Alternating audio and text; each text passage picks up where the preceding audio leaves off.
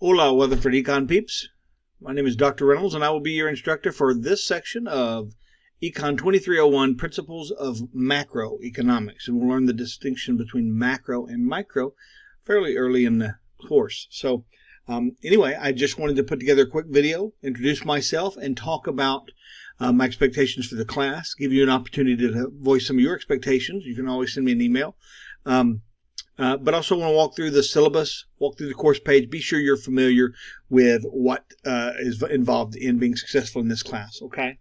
So let me go ahead and get my big head out of the way there, okay? This is your course page, and I've set it up to be as a student. So I'm seeing what you see when you go to the course page.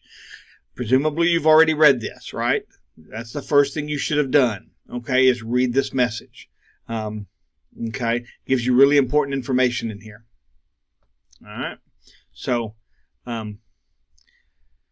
this is your video that you have to watch for a grade, completion grade, 100 if you do it, 0 if you don't. There'll be questions that I will occasionally put into the video to make sure that you're watching and paying attention. Okay, this information is important. All right, the next thing, you can always click down here or just go back to home and select the next one. You'll need to create an Edpuzzle account because that's what you're viewing this video from. So if you're successfully watching this video, you have successfully created an Edpuzzle account. And that's how you will get credit for the video lectures and the lecture quizzes. Okay, so the next thing we have, I believe, is my syllabus. Okay, so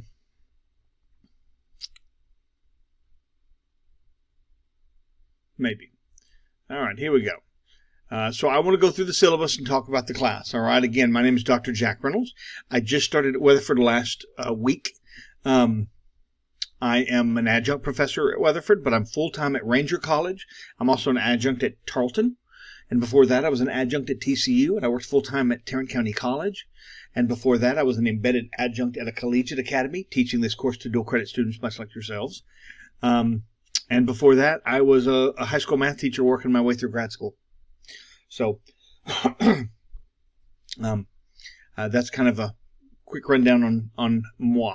All right, there's my email address. Feel free to email me any questions, issues, scraps, complaints, whines, moans, or groans, anything at all you want to talk to me about. I can't promise I can fix every problem you have, but I can promise you I can't fix any problem I don't know exists.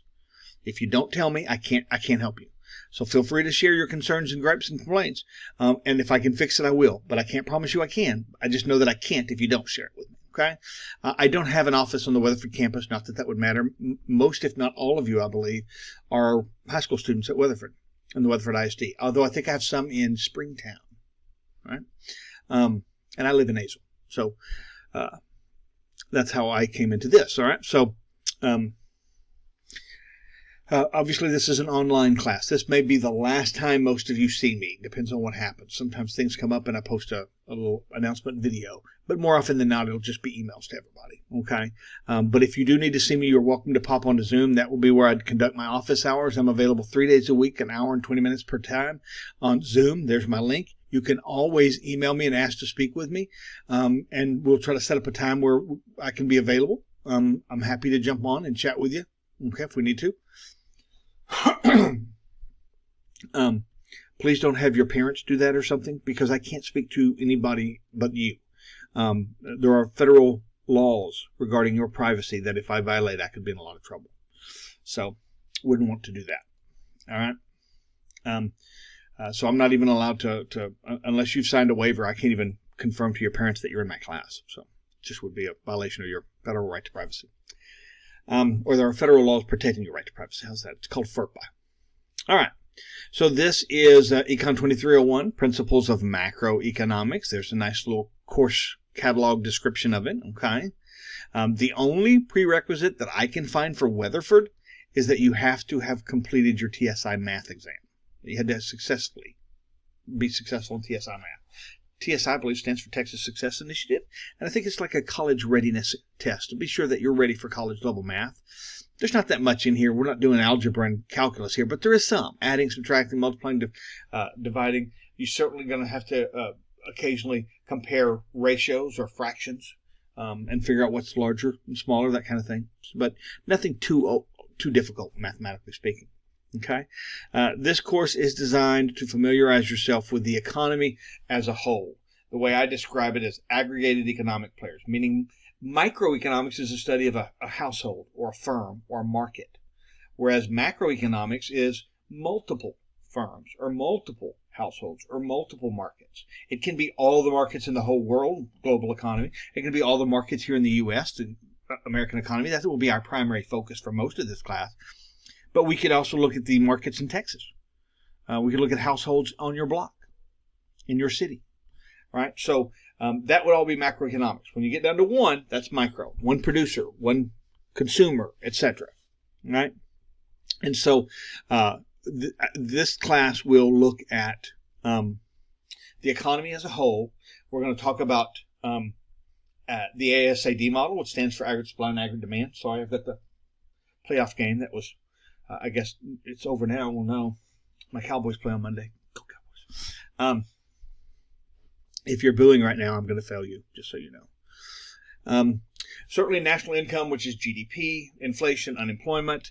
We're also going to talk about international trade, growth, business cycle, fiscal and monetary policies, etc. There's quite a bit here, right? And of course, if you're planning on majoring in business, this is a required class. And you'll presumably have done the sequence. If not now, you will eventually. Maybe they offered a dual credit micro class. I don't know.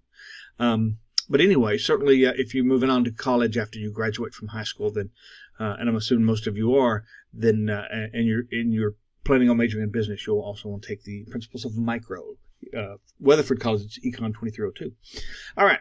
So some of the things that we want you to be able to do when you've done with this class, explain the role, scarcity, specialization, opportunity cost, cost-benefit analysis, etc. in economic decision-making.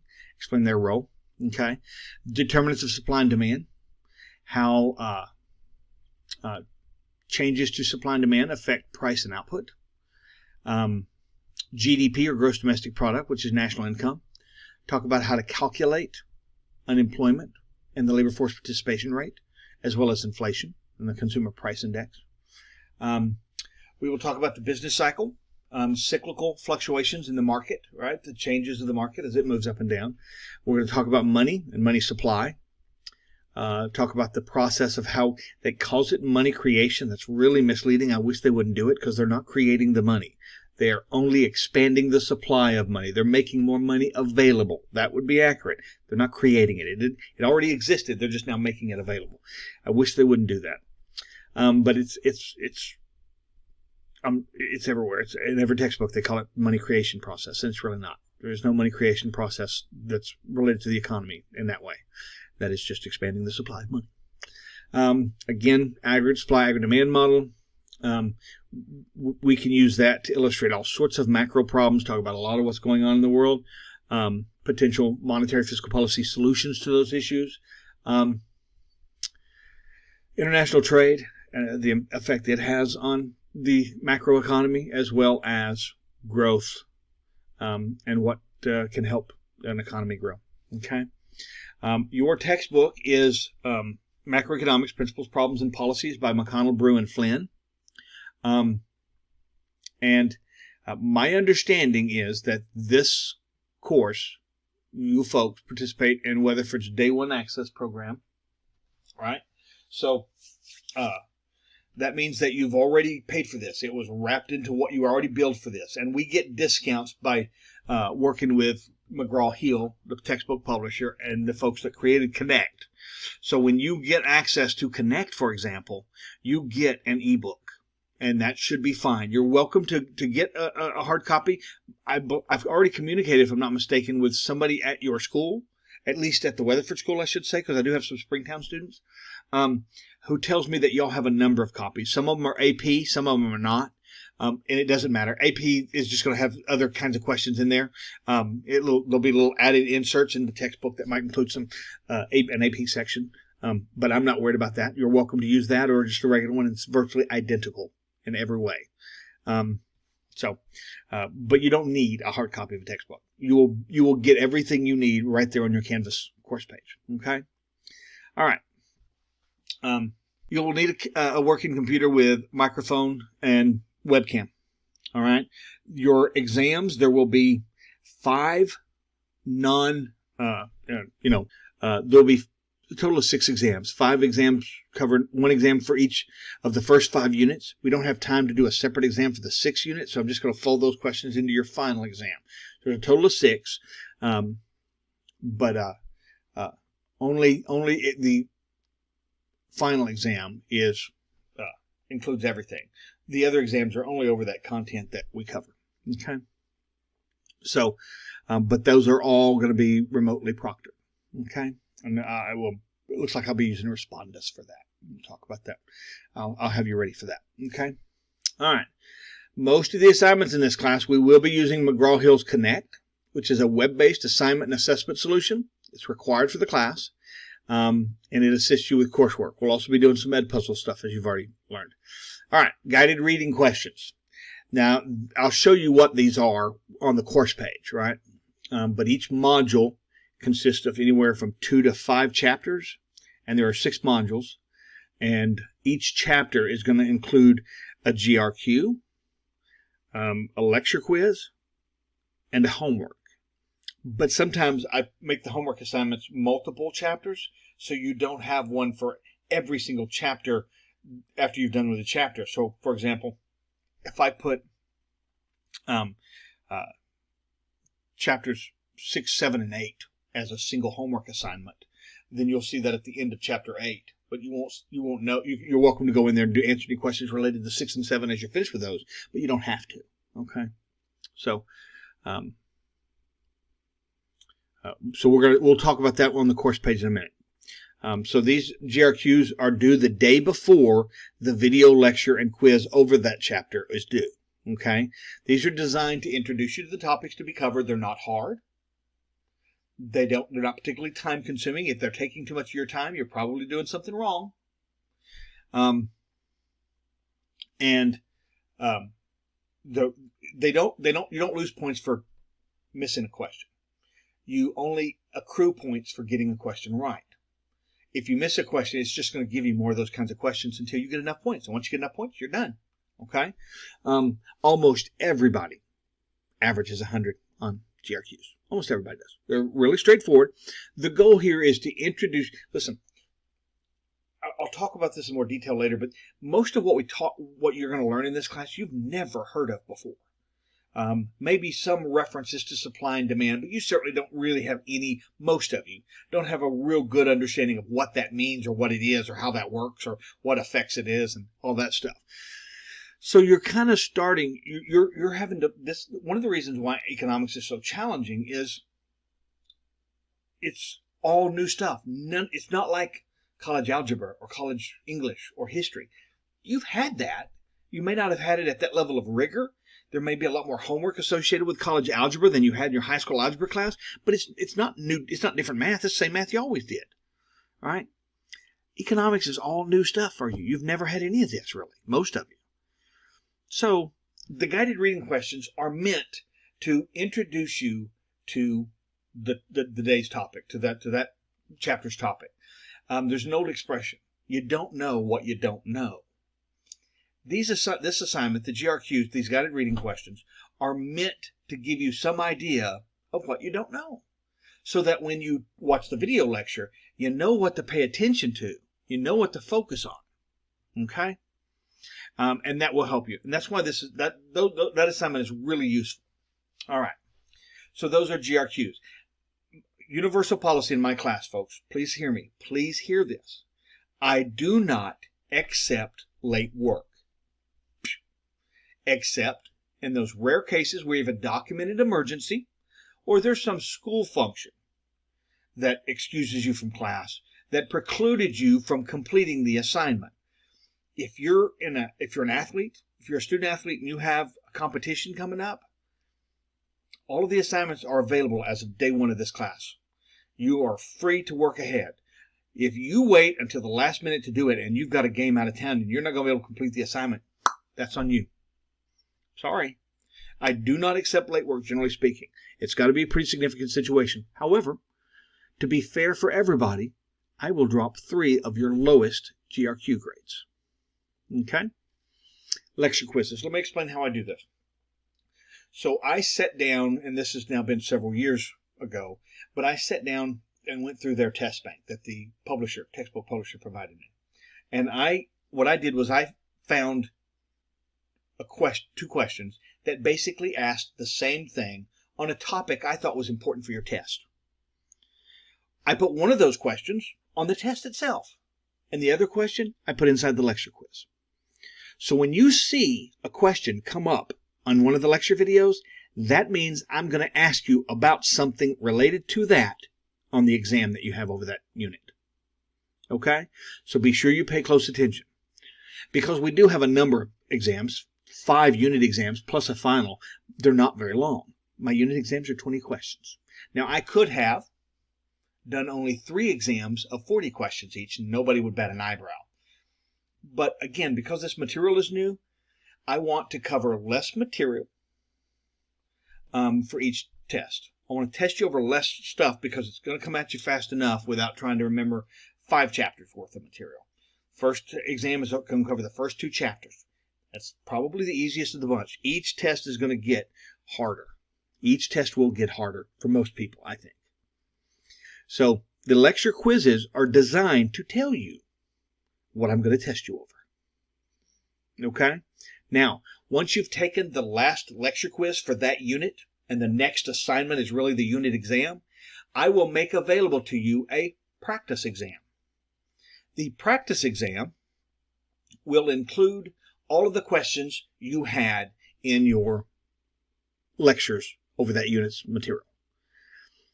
And I'll include a key so you can grade them yourself and make sure that you know all the answers. That's one of your best resources for doing well on my exams. Okay? Homework. Again, let me back up. Lecture quizzes. I do not accept late work, barring a well-documented emergency or a school function that precluded you from completing your work before the school function. But again, I dropped 3 of your lowest lecture quiz grades. Okay? Lecture quizzes use Edpuzzle. That's what you're using Edpuzzle for, in case you hadn't figured that out. All right, homework. Homework assignments are due the day before the exam covering the material. It's the GRQs have to be due the day before to them to be useful during the lecture. The lecture quizzes are done while you're doing the lecture. I don't wait till the end of the lecture to give you a quiz. You will see the questions pop up with what was just talked about. And so you should still be able to find the answer, oftentimes right on the slide. Sometimes it's not that obvious, or it requires a little bit more effort on your part. But oftentimes the answer is right there on the slides next to the question. You just got to be paying attention when it came up. Okay, and you can see. I'll show you one of these, and you'll see where you can see where the questions are. All right. So those are lecture quizzes. Edpuzzle. Homework assignments use Connect, like guided reading questions, but they're different. They're more involved, more time-consuming, a little bit more challenging. And listen, there are some things in the homework that aren't going to be on the test. My job isn't to prepare you for an exam. My job is to teach you about the economy. The exams are only meant to make sure everybody every college knows that you earned the grade because you had rigorous examination confirming that you understood the content. But my purpose isn't for you to get college credit. My purpose is for you to understand and learn about the economy. Okay? And so my homework will be a little bit more involved. It's probably harder than any of the other stuff, to be honest. But it's not, so hard that you can't get through it, okay? And I oftentimes several times I'll combine multiple chapters into a single homework assignment, okay, like I said. So, again, I don't accept late work, except in cases of well-documented emergencies or school functions that precluded you from being able to do the assignment. I had a baseball game the night that was due. It's not acceptable. You should have done it the day before then. You know what your sports schedule is. You know what's going on in your life. Do it. Work ahead if you need to. Okay. And if you're bad time management, you decide to wait until the last moment to do a GRQ or a lecture quiz or a homework, and your internet crashes, that's on you. First off, I have no way of verifying that your internet's crashed. No way at all. Secondly, again, there are natural consequences that emanate from the choices you make. And it's time, in my opinion, that you start learning that the decisions you make have consequences. And if you make the decision to wait until the last moment to do an assignment, you may end up taking a 0 because you weren't able to get through it because of technological failure. Failing technology is not something that is unforeseeable. It's reasonable to think that at some point over the course of the semester, your internet's going to go down, or your computer's going to crash, or you're going to have some kind of problem. The solution to that is not to ask me to give you more time to do the assignment. The solution to that is to get on the assignment early enough so that if you do have some kind of failure, you can resolve it before and then complete the assignment. That's the solution. All right, I won't mitigate your bad choices. And please don't ask me. I promise you somebody's going to. I'm going to get email 3 or 4 or 5 times this semester talking about how special and unique and magical you are, and you deserve consideration that nobody else is going to get. It won't happen. Okay? My policy is clear. All right? And it's non-negotiable. Unit exams, I've kind of already talked about this. They're not cumulative. That was the word I was trying to remember. They're not cumulative. They just cover that unit. But understanding the previous content does help inform your understanding of this stuff. Right? Those are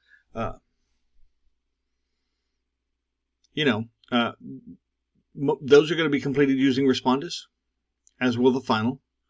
The final exam is cumulative, and your score on the final will replace your lowest unit exam grade, assuming your final exam score is higher. Okay?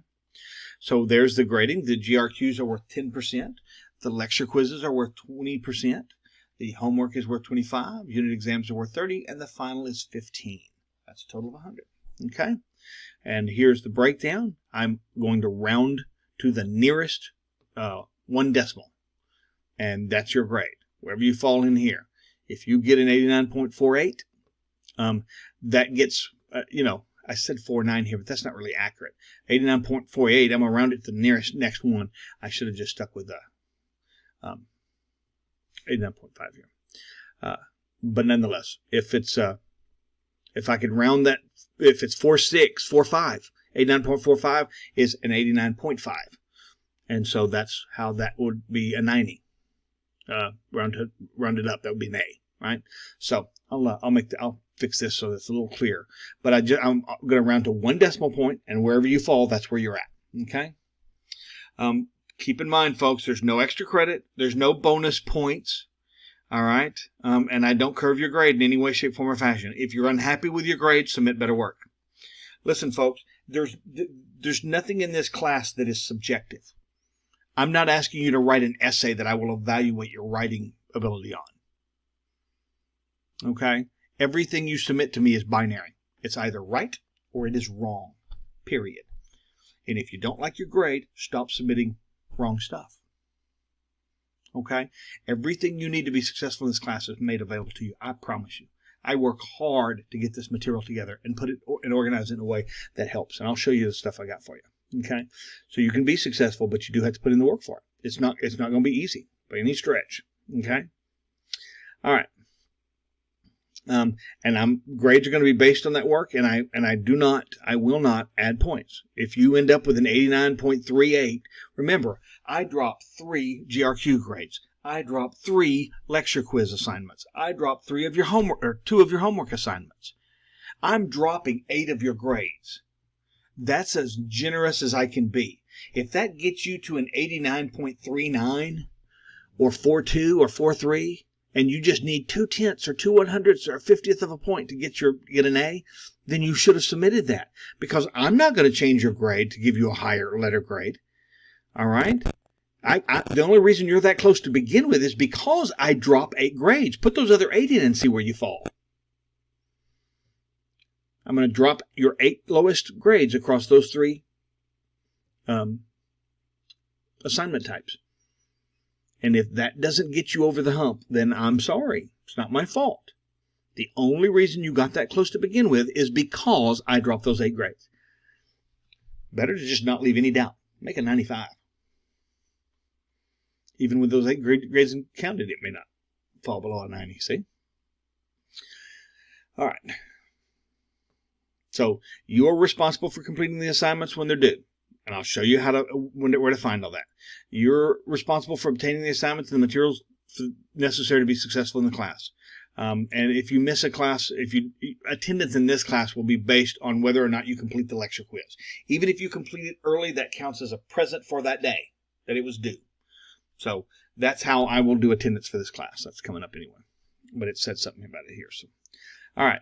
Be sure that you utilize study aid options and anything that's available to you. You can use a calculator. You can have a calculator on the test. I should mention that. You can use a calculator. Not your phone. You cannot have your phone. Your phone needs to be off and out of the room or put in a drawer. You cannot have it out. You got to put in the effort to pass the class. Okay? I'm not doing it for you. All right. Please understand, as I said earlier, this is not necessarily an easy class. It's not like some of those other college classes that you may have had or may be planning on taking. But those are all classes you've had at the high school level. They're going to be more rigorous, to be sure. But it's not like English has changed. It's not like reading an essay is different in college than it is there. Maybe the essay is a little bit more mature. You know, history hasn't changed. Granted, they had to add a whole nother history book just for Trump. But other than that, it's virtually the same history. Revolution, Civil War, that all still happened. Not going anywhere. You're still going to have to learn about that at college. So what you already know. Stuff you already know about. Same with algebra. You know how you had to find X. College algebra is the same thing. It's just probably some harder math problems. Economics? No, not so much. Not so much. Most of you, probably every one of you, never have heard of any of the concepts we're going to talk about in here. At least a lot of them. All right? So it's different. And going from virtually no understanding of the economy to at least an introductory understanding of something as complex and dynamic as this economic system, that's not an easy task. And to do it in 4 or 5 months, all online. Listen, I don't want you to be misled into thinking this is simple. These concepts can be difficult and challenging for a lot of people. Economics has long been considered among the most hated of all college classes. It is the bane of college students' existence everywhere. So, the first thing I want you to know, please don't internalize your performance in this class. Not doing well with this material is not a reflection of how smart or capable or how successful you can be at college. That's not what that means. This class is different than a lot of what you would do on all your other classes. So don't internalize your performance, okay? Lots of people struggle with this. Lots of students struggle with this. Do the best you can, ask lots of questions, and I'm here. And I think I said it, but it bears repeating if I have, and if I haven't, I certainly need to say it. I can't help you if I do not know there's a problem. I may not be able to help you even if you tell me what the problem is, but I know I can't help you if you don't. So if you're going to have some issue within my class, let's be adult. Let's all grow up and handle it in a mature, appropriate way. Bring it to me. Let us discuss it. It may be, you may find out that it's not me at all. Quick anecdote, just a quick story, just to share with you what I'm talking about. All right. So I was teaching class at Tarrant County College, and I got wind from another student that there was another student in the class who was bad-mouthing me right before class. They'd be sitting in their classroom waiting for me to come in and start the day's lecture and all that. And apparently this student was bad-mouthing me. And another student didn't like it, and they reported it to me and told me. So I brought up in class that I had heard that some people had some issues with my class, and would they be willing to share it with me so I could see if we could resolve it. And a student raised their hand and said, I don't like the weights of these assignments. I don't think it's fair to make tests weigh as much and this weigh less, etc. I think the GRQ should weigh more. And I said, I don't disagree with you. And I brought up my old syllabus that I first submitted for approval. And it showed the kind of weights that she thought I should have on my class. But I explained to her, I'm not the one who said I can do these weights. My department chair, made me change that. So if you don't like the weights of these grades, it's not my fault. It's because the department chair had me do it. Now, that is not your case, but that was the case at that time. And so there was a situation where a student had a problem with me that was in fact not with me. She just didn't know who else it would be with. So I can't fix your problem if you're not willing to share that you have a problem. Okay, so please take care of that and handle this like mature adults. Okay, it's time to adult up. All right.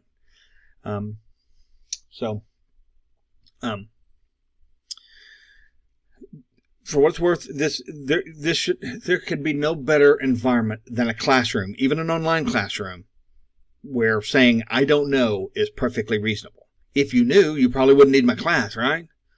Don't be afraid to say, I don't know. I don't understand. What is going on? How does this work? Why is that? Don't send me an email, go, I don't understand anything. Well, I can't help with that. I can't help with you not understanding anything. I can't possibly go from a blank slate to a comprehensive understanding of liberal education in a single economics class. That's not going to happen. So you're going to have to tell me what you don't understand, and I'll see if I can't maybe help clarify that. Okay? It's okay to be unsure of something. For what it's worth, you won't hear much of this from me because it's an online class, but you're under no obligation to accept the economic orthodoxy presented in this class. Challenge everything. Challenge everything, and do it openly. Send me emails.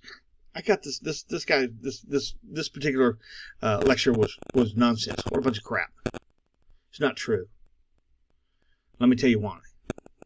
And I may respond back and tell you no. Well, let me tell you why I don't think that's correct. And we'll go from there. All right. You don't have to be a capitalist. That's not required to be successful in this class. I am proud of it.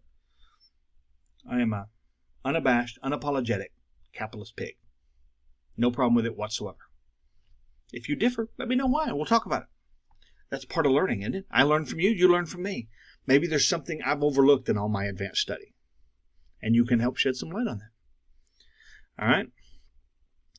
Always be respectful in disagreeing, right? But the goal is for us to all learn from one another. All right. So how is this class set up? And you'll see this when I show you the course page. But my doctorate degree is in educational leadership policy studies, and one of the very few real benefits of education doctorate is you're forced to get fairly familiar with the leading research regarding things like pedagogy and epistemology and things of this nature. So my work through that taught me that for students to reasonably perform well in the class, they should be introduced to the concepts at least 3 times before they're given an exam over that. Now, so that's why my course is set up the way it is. GRQs are your very first introduction to the material. Okay?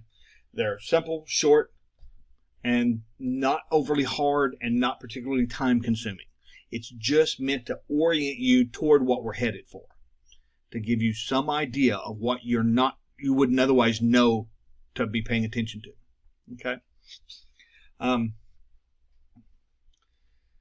The video lecture is your second exposure to these concepts. It is more in-depth and is more rigorous. There are questions embedded throughout the slides so that to draw your attention to those things you need to know, at least for the test. Okay? And then the homework is your third exposure. Okay? More expansive and a little bit more rigorous still. And then you have an exam over that material. But you will have received at least, you will have had to interact with the content 3 different ways before you're expected to be able to pass a class on it, or pass a test on it, sorry. Email. Please use your Weatherford College student email to email me. I'm not interested in your, into some of y'all's weird Hotmail accounts, or Gmail or Yahoo or whatever it might be. Just use your wc.edu email, please. And keep track of it. I got WC email on my phone, and it comes up. Same with Ranger College and there's my, I don't know how you see that, but that's my, I guess you can see it all. Yeah, there you go. That's my email. It has all 3 columns in there. I can narrow it down to 1. I can open up the app and go through my email. I also get notifications like everybody else does, right? Up there. I have it set up to do that. I'd encourage you to do likewise, because if I send you an email, I expect you to have that information. And if you don't have that information because you don't check your email, that's on you, not me. If I tell you, we're going to have to change the date the test is due until by a day, and you don't bother to read your email, you're not going to know that, and that's on you. That's your fault, not mine. So you keep up with your email, okay? It is your responsibility to check your email on a regular basis. I will be sending it to your wc.edu email. I don't have any other emails. I don't want any other emails. Announcements are posted on Canvas course page, and when that happens, there's a little box down at the bottom that I can check that says notify everybody this has changed, and that's how I will do it. So you can always check that for updates as well. Anytime you log in, see if there's any announcement. Right now, when you go there, there are no announcements on the in the menu because I don't have one yet. But if I have one, it will be, I think it's right under home. You'll have announcements, okay? All right, back to my syllabus. Absence policy. Again, attendance is based on timely completion of each lecture quiz, regardless of when you do it. If you do it, you get credit for being present on the day that it was due. That's how attendance will work. If you have a disability, need some kind of accommodation, you have to work through Weatherford's Office of Disabilities. You can call them. Here's their information. Work with them. I cannot grant you accommodations without them telling me you have an accommodation. I can't. It would be unfair to my other students. I'm not the one authorized to grant accommodations. You will have to reach out to them to do that if you have some issue. Got a little stray. And fix that. Man, it needs to come back up here. Okay. Academic integrity statement. Don't let me catch you cheating. Don't let me catch you cheating. First time I catch you cheating, it's an automatic 0 on that assignment. If it's a test I catch you cheating on, it's a 0. If it happens twice, you get an F in my class. Period. End of discussion. No debate. Don't do it, please. Hope statement. If you are having issues with food or housing that you believe might adversely affect your performance in this course, please contact Student Development and Wellness Office. They will be able to provide you with some resources. Maybe they can refer you to a local food pantry. Right? So you're welcome to let me know, and I can pass it on to them if you're comfortable sharing that information with me, but it's certainly confidential to call them directly and let them know. You'll need your student ID and stuff so that they can confirm that you are a student, and they will help you any way they can. Okay? All right, there is our syllabus. See, it's not so bad, is it? That only took 38 minutes. All right, now let's go back to our home page. Underneath the syllabus is my schedule. All right, this is what this looks like. This is our schedule. This is what I use, my master schedule for knowing when things are due. I do this before the start of every semester. This is what it should be looking like. All right, so this is where we are. This is what we're doing right now. Okay, this is technically due today, 17th, but I'm going to make it due for Wednesday. Your very first, no, I'm going to make it due tonight, Tuesday, the 17th. It's not the 17th for me here, obviously, because Buffalo's beating Miami 34-24 in the third quarter with 2 minutes left. But that's because you have a GRQ due Wednesday and then a lecture quiz on Thursday. Okay? So, excuse me, I need to, I will set this video to be due on the 17th. Always at 11:59, midnight. Okay?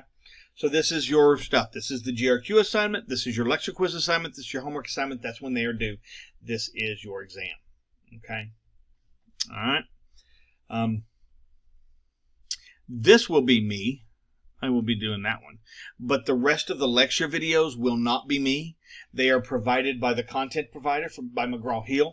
I've thought about, and I will eventually probably do them myself. But there are advantages to using theirs. For starters, if you haven't figured out already, I can be a bit verbose. That means I talk too much. It's an occupational hazard. And so my lecture videos tend to be longer than theirs. So that's the upside of using theirs mainly. And they're just going to go through the PowerPoint slides. That's what I would do, just in more detail. We'll see. But this one is one that I will do. I've done this. I've done that lecture, oh gosh, a number of times. And I recorded it last semester for my online dual credit students. And so I will be sharing that video with you as well. Okay. All right. And then, of course, we have spring break after this. This exam is a little weird. I did not want to do the exam after you come back from spring break. I didn't want that lingering over your head the whole time you're on spring break. I want you to go on spring break and decompress, relax, chill out, and just go have fun, and don't worry about being a student for a week. Okay? Take a week off from it all, and then come back refreshed and ready to hit, because Unit 5 can be a booger. All right? It can be tough. Unit 6 isn't as tough as 5, but notice there is no exam for 5. Or for 6, excuse me. And that's because, again, time just didn't really allow it. And so I believe our final will be May 4th, but I don't know for sure. I should have put TBA here to be announced, or TBD, to be determined. I don't know yet when our final exam is, but it will be sometime during that week. That I'm almost certain of. Okay? And so here is our last unit, okay, with all the due dates accordingly. Again, there's no exam over it. It's just going to be this final exam review. I should have had a date over here, but it will be, I believe, on 5/2. And it's nothing for me. I'm just going to be available to answer any questions. It's another day for you to have. There's not a class or a lecture video to watch. I'm not going to try to summarize the entire course in one lecture. That would just make you mad at me. There's your schedule. That's what you're going to need to know. Hey, it came up. Hot diggity dog. There it is in here. Once it does comes up, it'll come up easy. But anyway, so there's your schedule. All right, going back home. If you like the PowerPoint slides you see and you want them, there they are. Zip file all my PowerPoint slides. I also give them to you in a different way, and I'll show you that in a different. There's 2 different ways you can access my PowerPoint slides. That's one of them. And then here's a little about page if you're interested in moi. It tells you all about the wonderful world of Dr. Jack. Right there you go. Okay. Let's see. And that is your welcome page. Now, when you first go here, everything is opened up. So first thing I always do is collapse all. I don't want to have to scroll for 3 hours to get to the bottom. And then here's our first intro. Notice that this is a GRQ. This is what a GRQ looks like. See them? Full chapter title. Okay? That's a GRQ assignment. All right? This one's due the 18th. Presumably you're watching this on Tuesday the 17th, and that would mean tomorrow night that's due. That's one of the videos due tonight. That's due tomorrow night, and then you have a lecture due the next day. Okay? It sounds much worse than it is, I think. Maybe. I hope. I don't think you'll find it all that overwhelming to be able to get this work done. I really don't. All right? If you prefer my slides in a note-taking format, I provide them in this way. All right? So there's 3 slides per page, and there's lines over here. So you can download this or print it up. All right? There's your download link. Click on that. It'll come up, whatever browser you're using somewhere. Go to your download folder probably, and then open it up, print it up, have that set in front of you when you're doing the lecture video, and you can take notes on it. You can highlight. When you see a question pop up next to one of these slides, that means I'm going to ask you something on the exam about that stuff. That'd be a good way to work through this material. And you'll see that these are in every single chapter. Okay? There is a 1A. Here's LQ1. They're a little out of order. I should have LQ1 down here. I'll fix that. But anyway, so here's your first lecture quiz. That's the 19th, Thursday. Yeah. All right, and that's what that looks like. So this chapter introduces many of the fundamental concepts in economics. That's a question. That's a question. That's a question. It begins with the definition. That means there's more than one question there and more than one question there. Wow, there's a lot of questions there. Huh. Must be really important stuff. And you can't fast forward. You can't drag that locked. Okay? You have to watch the whole thing. I know I'm cruel, aren't I? Okay?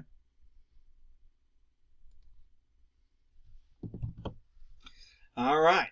And then there's also an LQ1A. This is the appendix, and this is about the kind of math that you might see in this class. Okay?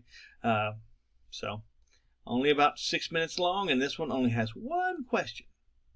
Okay? All right. And then there's the homework and that's all. The homework is the one assignment that doesn't have to be due before you do the next thing. So I gave you as much flexibility on the homework assignments as I could. You are free to do that at your leisure anytime between now and the start of the exam, now and the day of the exam. Okay? I don't recommend that you wait. There's only 2 of them in this unit, but there's one unit where there's 4 or 5 of them, right? So I don't recommend that you wait, but that's up to you. Do what you want to do. Okay, you get to captain your own ship. Here's the chapter 2 GRQ. Notice that this symbol here means an assignment. This means a file or an attachment. All right. So the attachment, you can just use it. You don't have to. You can skip right over that.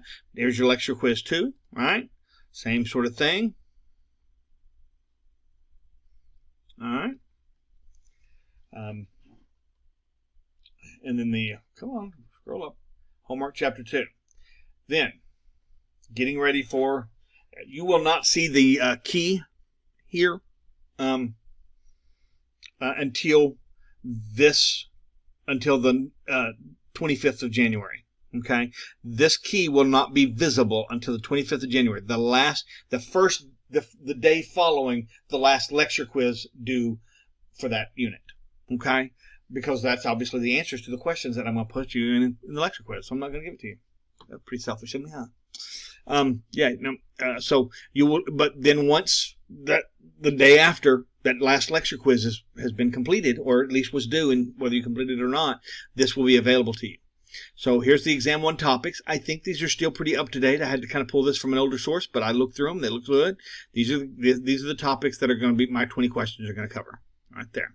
Okay, so one thing you might do is print that up and have that before at the start of every unit. Print up the topics and when you're watching those videos, be sure you're taking notes on these things as they come up in the video. And any questions that are asked, they're going to be asked over that material right there. Then you're going to know the kind of questions you're going to need to have answers for. Okay.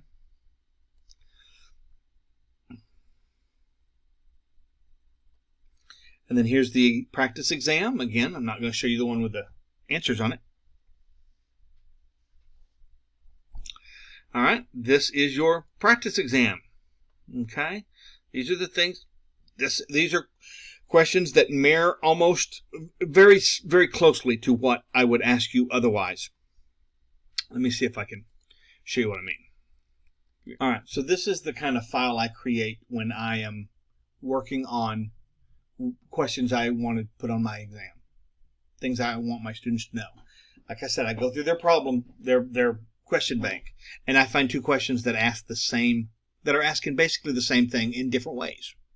I'll show you what I mean once this file opens. All right, so here is an example of, this is in microeconomics, but it's the same kind of thing, different course content, but same idea.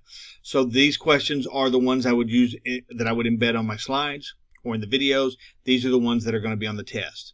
And you can see this one's, typically if one of the questions is harder than the other one, that's the one I'm going to put in my lecture quiz so that I'm there to address any questions, issues, or concerns about that question. The easier one's going to be the one on the test because you don't have any other resources to answer that one. You just got to know the answer to it. So, distinguishing feature of economic capital is that it is productive. Economic capital is productive, so it does not include money. All right.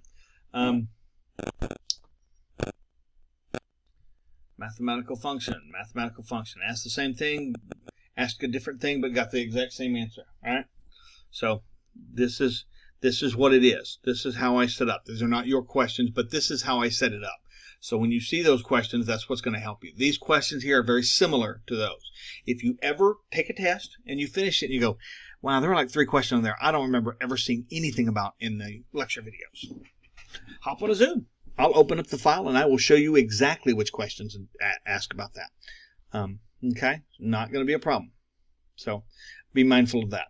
All right, good resource, the practice exam. Very, very, very good resource. Hardest thing in this class is taking my tests. And so that is invaluable. And again, that key will not be available when you look, but it will be available when you once you're done with this last lecture quiz. It's due on the 24th, so this will appear the 25th at midnight. It'll suddenly show up. Or it may be there, but when you click on it, it's going to tell you that it's locked or something like that. Okay? So there's your Unit 1. Same with Unit 2. Same sort of structure. Chapter 3, there's the GRQ. There's the slides for Chapter 3. There is an appendix to 3 that shows some more examples. I've included the slides, but I don't give a separate lecture over it. But if you need some additional practice with that, that's available. Okay? I've got other practice too. Then here's your lecture quiz 3. So you go into LQ3. I wanted to show you something. You will notice here, I believe, that this says microeconomics. Don't worry about that. Here's why. It turns out that the first 5 chapters of macro are also the same 5 chapters from micro. This is the same material. Micro diverges after chapter 5 and goes in a completely different direction than macro. So that's why this very first unit is called Introduction to Economics. That introduction applies to both macro and micro. Okay, so I use the exact same slides. This one I happen to pull up the micro econ slides to do the video lecture for, but it's the same thing. And I think that's going to be true for 3, obviously for 3, but maybe even for 4 and 5 as well. But then it's all macro after that. Okay, so don't put too much into that. All right. Here's Chapter 4 GRQ.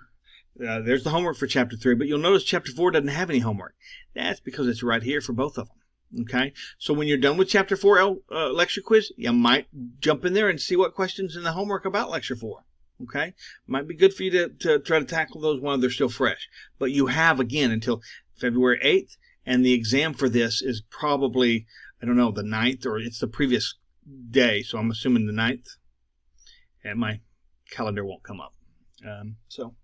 But anyway, something like that, because I typically have all the homework due on the same time, February 8th, the day before the exam over the material. All right, so here's some additional stuff. Units 2, 3, 4, and 5 have some practice. And those keys, oh, now it came up. Wow, it only took like half an hour. That was impressive. Good old Windows. Microsoft's just outstanding. Yeah, so here's the key to it. This is just some additional practice for you. You don't have to use it if you don't want to.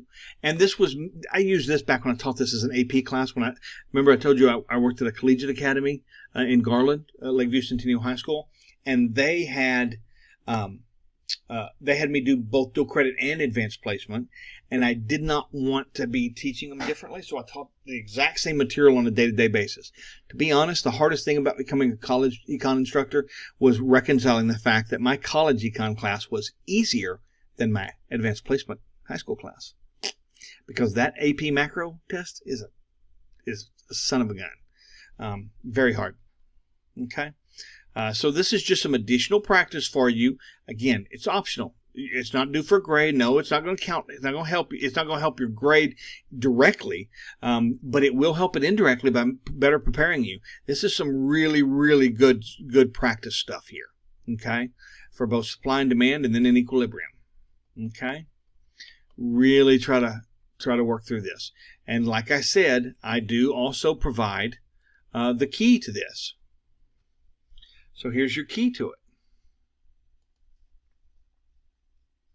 Maybe. Yeah. So that's my gibberish handwriting there. All right. So if you have questions or issues or anything that we did there, then just let me know and we'll work through it, okay? All righty then. Let's go back to Unit 2. Look at some more of these exam materials. Yeah, so Units 1 and 2 are the same 2 units that are in my micro class. So those first 5 chapters. Test, same everything. Okay, same material. And there's the key. There's the topics for Unit 2. There's your practice exam for Unit 2. And again, this key will not be available until that Unit 1 exam, the until that last lecture quiz due date has passed for that unit, and then it will be available. Okay. All right, let's go ahead and collapse this one, and you can see that this is all the same all the way down, all 6 units. All right. Again, here's one. This is chapters 6, 7, and 8. So chapter 6, neither chapter 6 nor 7 have the homework assignment attached because it's right there. So if you don't see one, go. The only exception to that will be in chapter 19. I don't have one. I don't want one. It's not necessary. All right. There is nothing for chapter 19. You do a GRQ. There's your slides if you want them. Take notes. And there's the lecture quiz over 19. But there is no homework for it. Okay? And even though we don't do an exam 6 because of time constraints, I went ahead and provided the material for you because some of those things are going to be on the final exam. Okay? And I will add a final exam module, material module, so that that will include some things like I won't do a practice exam for the final exam because that would just be way too much. But I'll certainly include a topics list. Okay. All right. And so that is our course page, and that is the syllabus. I can't think of anything else I need to talk about. Go over here and look at the gradebook real quick. 59 minutes. I nailed it to the hour. Come on, that takes skill. All right, there we are. And that's your grade. That's what it kind of looked like for you. You'll see I'll be adding some. Here's the summary, right, showing you how much you've earned of each of those. Okay? Folks, if you have any questions whatsoever, feel free to email me, jdreynolds at wc.edu. Okay? Any questions at all, I'm happy to work with you. Excited about the semester, excited to be at Weatherford College. Again, let me know if you have suggestions to improve the course or if you got problems with the course, issues with the course. You're not going to hurt my feelings at all. Please bring them to me so I can work with you on them. I can't guarantee I can fix the problem. I just know that I can't if you don't tell me there is a problem. So let me know. Work with me on that. Okay? Otherwise, folks, best of luck.